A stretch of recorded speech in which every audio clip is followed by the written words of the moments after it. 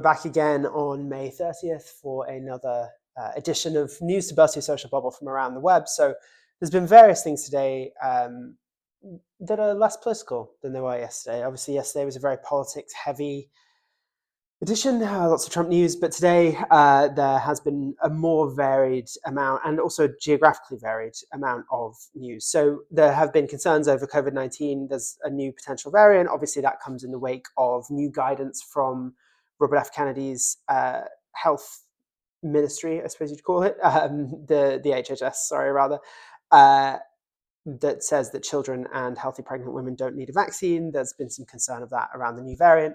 There was obviously the car attack at the parade in Liverpool. There's been new details emerging about the perpetrator of that, what they've been charged with. And then the Scripps spelling bee is another one that we'll get to later, actually, thanks to some reporting from social media. Around the web, we have Caroline Leavitt, who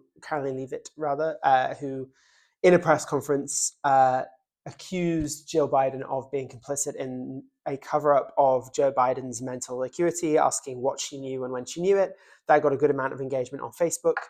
On TikTok, we had CNN reporting on Trump threatening a federal funding cut if trans athlete A.B. Hernandez, who's a star track athlete, competed at the state championship. Trump's threatened a lot of states around this topic in particular. We also had a clip from MSNBC from Chris Hayes specifically accusing Trump of being like King George III. It's actually messaging we've seen quite a lot, saying Trump can't just be a king. You can't rule essentially by fiat. We've seen it a lot in the messaging around, especially more liberal networks such as MSNBC. So interesting that went a little viral for them. And then over on Instagram, two wildly contrasting stories from the New York Times did particularly well. One focused on a village in the outskirts of Berlin called Waldislung. I've really given myself a pronunciation challenge with this and the next story, which was a village built for Nazis. They've done a bit of a profile on that to the tune of tens of thousands of likes.